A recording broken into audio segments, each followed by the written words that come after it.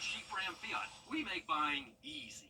For more than 40 years, our family has been confidently serving the CSRA.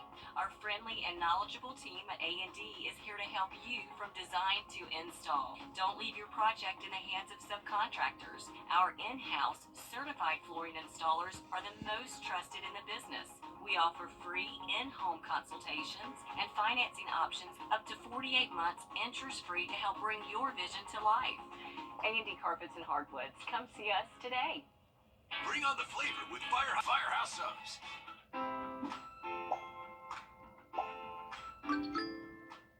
Every time you visit Parker's Kitchen, your support makes a difference, impacting education for kids of all ages. And none of this happens without you. Live from Augusta, you're watching News 12 at 6 o'clock. Ahead at 6 o'clock, thousands making their voices heard tonight. If you haven't voted yet, you still have about an hour left until those polls close across Georgia. So now the countdown is on until those ballots are counted. For Richmond County, multiple seats are up for grabs. The district attorney's office, whether the mayor gets a voting commission, and the race for sheriff and 5 commission seats. Live team coverage on News 12 at 6 o'clock stretches across Richmond County this evening. So let's kick things off with Craig Allison, live for us over at the Warren Road Community Center. Well, here at Warren Road, it's one of Richmond County's most popular voting centers by the number. We've seen a steady trickle of people just trying to get their votes in before that 7 p.m. cutoff time. And for the sheriff's office race, it's the possibility, even despite the low turnout, for a change in leadership, something that would be the first time in 12 years to make a big change. Now, it's been months of campaigning, and it all comes to a close within the hour. And with it, both challengers to the office say the recurring theme of the trail has been searching for change. Tonight, Gino Brantley will be hosting his campaign watch party at the Hyatt House in downtown Augusta at 7, while Bo Johnson will hold his at the Augusta Shriners Club. This is what both of them had to say about getting to this point and facing Sheriff Richard Roundtree, who's held the position again for 12 years. Well, I've been getting great responses from people. We definitely need change. We definitely deserve better service from our sheriff's office, and that's why I'm running. Everywhere we go, no matter if we're stopping to fill up our gas tank or stopping to grab something quick to eat, everyone says, hey, we need change, and that's what they're looking for right now. The minutes are ticking away. Be sure to go out and vote. My voting sticker is literally falling off here, but we did reach out to Sheriff Richard Roundtree both yesterday and today, and he still has not responded to our requests. All right, Craig Allison there with an update on a very big race we're watching tonight. That's right, and we do want to mention there is a 4th candidate in that race, Richard Dixon, who is in the running as an independent, so you will not see him on the May primary ballot. Instead, you will see his name in the November general election up against whoever voters select tonight.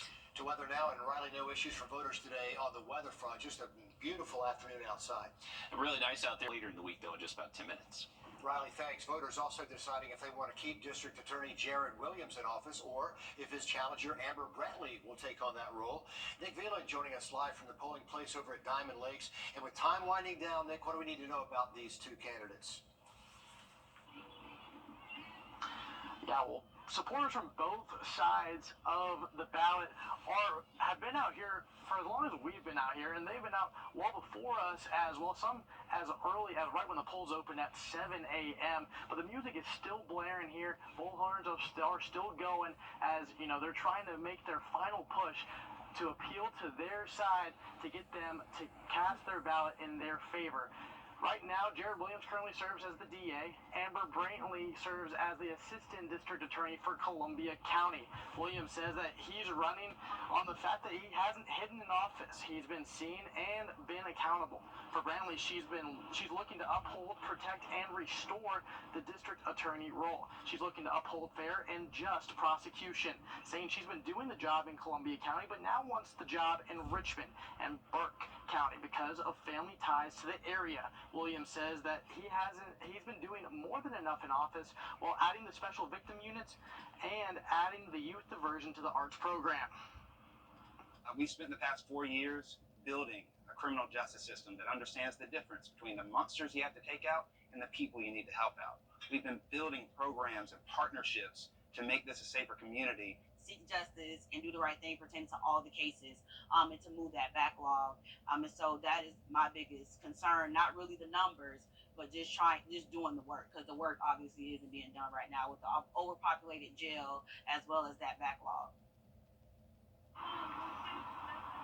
And cars continue to come into Diamond Lakes to cast their ballot before it's too late at 7 p.m. Both candidates will be watching closely tonight. Amber Brantley will be having a party at her headquarters. That starts at 6:30. Jared Williams will also just be looking and watching closely. He will not be having a watch party. Nick Veland following a very important race for district attorney. Nick, thanks for the update tonight. Also on the ballot, 5 commission seats up for grabs. Liz Owens joins us now in our social media center to break those down. Commissioners play a big role in the quality of life here in Augusta. They determine property taxes. They're responsible for potholes, paving streets, and even the grass on empty lots. They approve new developments and ordinances like Sunday liquor sales. Half of the commission seats are up for grabs today. Now, District 7 gets a new commissioner regardless. It's between Marshall Better and Tina Slindak. In District 1, 3, 5, and 9, they all have incumbents hoping to win their seat back. There are 2 former commissioners looking to get back in a commission seat too. That's Matt Aiken running against Jordan Johnson for District 1 and Marion Williams running against Francine Scott for District 9. And whoever gets elected, we know that there's going to be so much that they're going to be facing a lot of things they need to do a lot of hiring. We have the administrator role. So yeah, they got their work cut out for them. A lot of familiar faces on the ballot for a budget that has surpassed $1 billion. Yeah. So it is serious odds, serious stakes in this game. Liz, thanks for breaking that down for us. Another hot button question on the ballot today, the referendum on if the Augusta mayor should have a vote in commission meetings. Right now, the Augusta mayor only has a vote if he's trying to break a tie. But if voters say yes today, that the mayor can vote in all commission meetings. The numbers will start coming in just after polls close tonight at 7. So keep it here for all that covers throughout the evening. Some other big races we're tracking tonight. The race for who will take on Rick Allen for the District 12 seat in Congress. Those are the 2 Democratic candidates running. In Columbia County, you have 5 contenders running for the State House. This is District 131. Columbia County Commission District 3. This will replace the seat left open by Gary Richardson. He took over in the role for District 125, so that seat was left vacant. Later on in the show, we'll go over the other top sheriff races in some of our other counties as well. Switching gears to some of our other top stories now, a murder-suicide investigation unfolding in Richmond County this evening. Going to give you a map here showing both incidents happening really just miles apart from each other in broad daylight. Richmond County deputies called to the Druid Park Avenue and Walter Way intersection just after 1:30 this afternoon, where a woman was shot and killed. And not even an hour later, deputies found the suspect's vehicle about 5 minutes away across over at Pendleton King Park with a man dead behind the wheel. Sydney Hood was at that scene with investigators. So, Sydney, what do we know about this case so far? This all happened right in the middle of the day, the murder taking place 1.5 miles from AU's campus and just half a mile from Richmond Academy. This is video from the scene of the murder. It took place between the Wendy's and Checkers at the busy intersection of Walton Way and Druid Park Avenue. When deputies arrived, they found the female victim shot at least 1 time. Witnesses tell us they believe she was driving the white car you see getting towed away. Then for about an hour, deputies searched for a suspect, and then around 2:30, deputies located the suspect's vehicle at Pendleton King Park, about 2 miles from where the homicide took place. There, deputies found a man dead behind the wheel. The coroner says the man apparently shot himself at least 1 time while sitting in his vehicle. Both the sheriff's office and the coroner's office say they are in the early stages of this investigation. Sydney Hood in our newsroom with an update. Sydney, thank you for that. Also developing today, 2 teenage victims identified in that deadly police pursuit in Edgefield yesterday. The coroner says 18-year-old Joshua Brooks and 19-year-old Ashley Price died in this crash. South Carolina Highway Patrol says they were killed after their car hit a log truck. It happened right near the front entrance of the National Wild Turkey Federation. The Aiken County Public School District is looking for feedback tonight. The 1% sales tax is up for renewal this election season, and it's a tax that funds reconstruction projects across the district. Leaders want feedback for the next set of possible projects. The meeting is at 6 p.m. It's at the Langley Bath Clearwater Middle School. If you can't make it to that one, there will be another one Thursday at South Aiken High School at the same time. There's also a survey online if you can't make it out to those meetings in person. Still ahead tonight on News 12, a new exhibit bringing art to your back door. We take you over to North Augusta next here on News 12. And the weather looks great for the rest of this evening. If you still haven't made it to the polls, have less than an hour to do that. But we do have nice weather the next few days. Take a look at some isolated storms possible this weekend just after the break. Time and Temp, brought to you by your First Alert weather team. Introducing the until we get to the weekend, and even then it looks pretty isolated, so keep your outdoor plans at the moment. There's a new exhibit in North Augusta featuring local artists. Yeah, from glasswork to oil paintings, you can find a piece that resonates with you and take it home. Taylor Martin stopped by to check it out. The open session exhibit brings some of the area's most unique art from creatives across the river region right to your back door. We have over 40 artists and about 90 pieces of art in the show. We have all mediums. We have paintings, photography, stained glass, glass on glass, and some very unique repurposed lamps. The show was judged by a professor from Augusta University, broken up into multiple different categories. And he came over and spent about 2 hours judging the show in all the different categories. So we have first, second, and third place in the 2D category, first and second in photography and 3D, and then several honorable mentions. With art pieces of marine life, cars, and self-portraits, each piece was judged on a unique set of characteristics. He looks at all different aspects of the art, and so we have them in the different categories. It's a hard thing to judge a show like this because everything is so different, but we're very pleased with the winners that he picked. And you still have time to stop by and see the winning pieces and buy some too. Reporting in North Augusta, Taylor Martin on your side. Some talented local artists, and if you haven't had the chance to stop by the Arts and Heritage Center, that's open Monday through Friday from 10 to 4. Right there, first floor of the municipal building, so check it out. But they are having a pop-up tomorrow with vendors until 7 p.m. So beautiful artwork, though, I thought. Chance to bring home a local piece. Love the idea. The Lakeside Boys golf team has won their first state championship in more than a decade. Dan breaks down the Panthers' come-from-behind victory next in sports. First Alert Radar, powered by Jim Hudson Automotive Group. 509. More wins, more surprises. You know, I'm not a big fan. Here. A new lawsuit is accusing Aiken County of violating a South Carolina deaf woman's rights after refusing her rights to an interpreter during her arrest. Jody Bennett claims she could not hear the beep to know her items had not been scanned or had been scanned through Walmart self-checkout. That was back in June of 22. Bennett says she demanded an interpreter during the arrest, but police arrested her without one. She's suing now Aiken County for a violation of the Americans with Disabilities Act and violations of the Rehabilitation Act. More election news at 6 o'clock. We have several sheriff races across the region. Of course, the Richmond County Sheriff's race. These are the candidates running for that Democratic seat. We also have the Screven County race for sheriff. Bruce Rowell and Norman Royal are running for the Republican seat. The Warren County Sheriff's race, a couple of Democrats running for that primary race. Joseph Peebles. This is Washington County. Henry Tanner and Joel Cochran are facing off for the Democratic seat. In Wilkes County, Dietrich Jones and Mark Moore are both facing off, trying to grab that Democratic seat.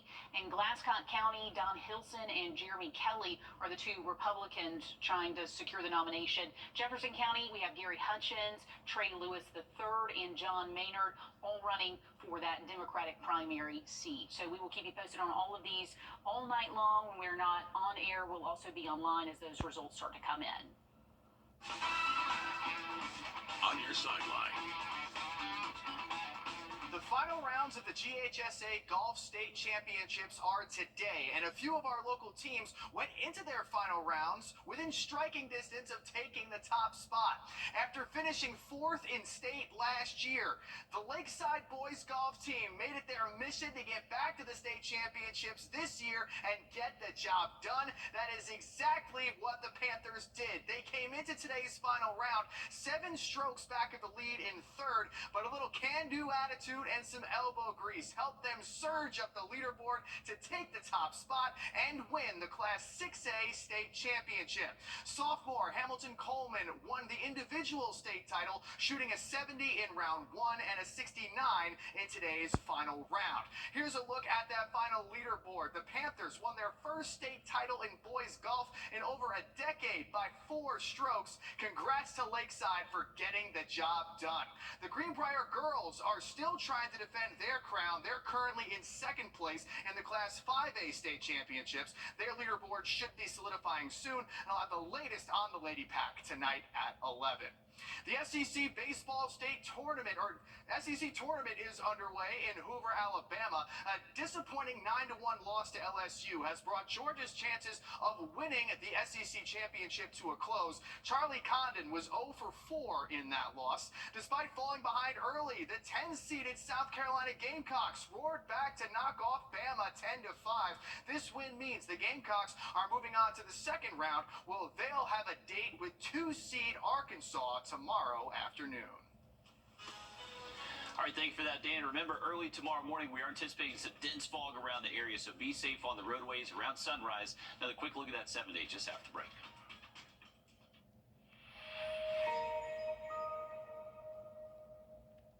Are you turning 65 soon? At 64 Insurance Group, we know how confusing Medicare can be.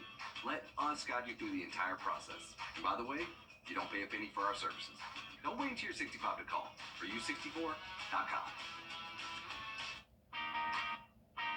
It's Memorial Day at Weinberger's Furniture and Mattress Showcase. When you buy more, you save more on anything you want. Mattresses, bedrooms, living rooms, dining rooms, and home offices. All with savings up to $2,000. When you buy more, you save more, and it's happening now at Weinberger's Furniture and Mattress Showcase. Hurry in now to see everything that's on sale. In stock and ready for delivery. If you knew this, shop the Memorial Day sales event going on now at Gerald Jones Honda. Brett, what are you doing? Eliminating some stuff. First off, pretty sure that's a federal offense. And second, that's for our customers to eliminate their Medicare cards when they come in for a commitment-free consultation. My bad. ForYou64.com. Coming up on the CBS Evening News, the danger facing firefighters that's not from smoke and flames. For our Eye on America, we have an in-depth report about why the gear meant to keep firefighters safe could be putting their lives at risk. That and more headlines tonight here on the CBS Evening News. A quick reminder, the polls close tonight at 7, so if you're just getting off of work, remembering it's election day, you still have a little time to get to your polling precinct. You do have to be in line by 7. We're not really seeing a lot of long lines or lines at all across the area, so it really shouldn't take you very long. And luckily, the weather looks great for the rest of this evening. You can see a beautiful look from our thermal dam cam. Clear skies up here, and we are anticipating temperatures to be in the 70s and 60s once we get past sunset. So very comfortable out there the rest of this evening. SRP park forecast looks good. That's going to be a 7:05 first pitch. I'd imagine during game time we're in the 70s and 60s for most of it, so should feel very nice out there along the river. Heading into tomorrow, we are expecting some dense fog early into the day. I wouldn't imagine that lasts too much past 8, 9 a.m. for us here in Augusta. And generally sunny skies the first part of the day, and then we'll just see a few clouds show up later tomorrow afternoon. Those high temps tomorrow should be able to get close to 90. Right now we're going with highs upper 80s though, so still very hot, but kind of where we should be for the end of May. Here's looking at that 7-day again for you. We are expecting dry weather the rest of this work week, possibly a few afternoon thunderstorms showing up this weekend. Definitely doesn't look like a washout. You can see our high temps will stay in the low 90s, so getting them back above average. And then for Memorial Day plans, right now a slightly better chance for some storms, but definitely don't cancel anything outside. That's all our time for now, but we're live again at the top of the hour over on 26 News. And when we're not on air, we will be online. We're going to be breaking down those election results as they come in. Then we'll see you for a wrap at 11.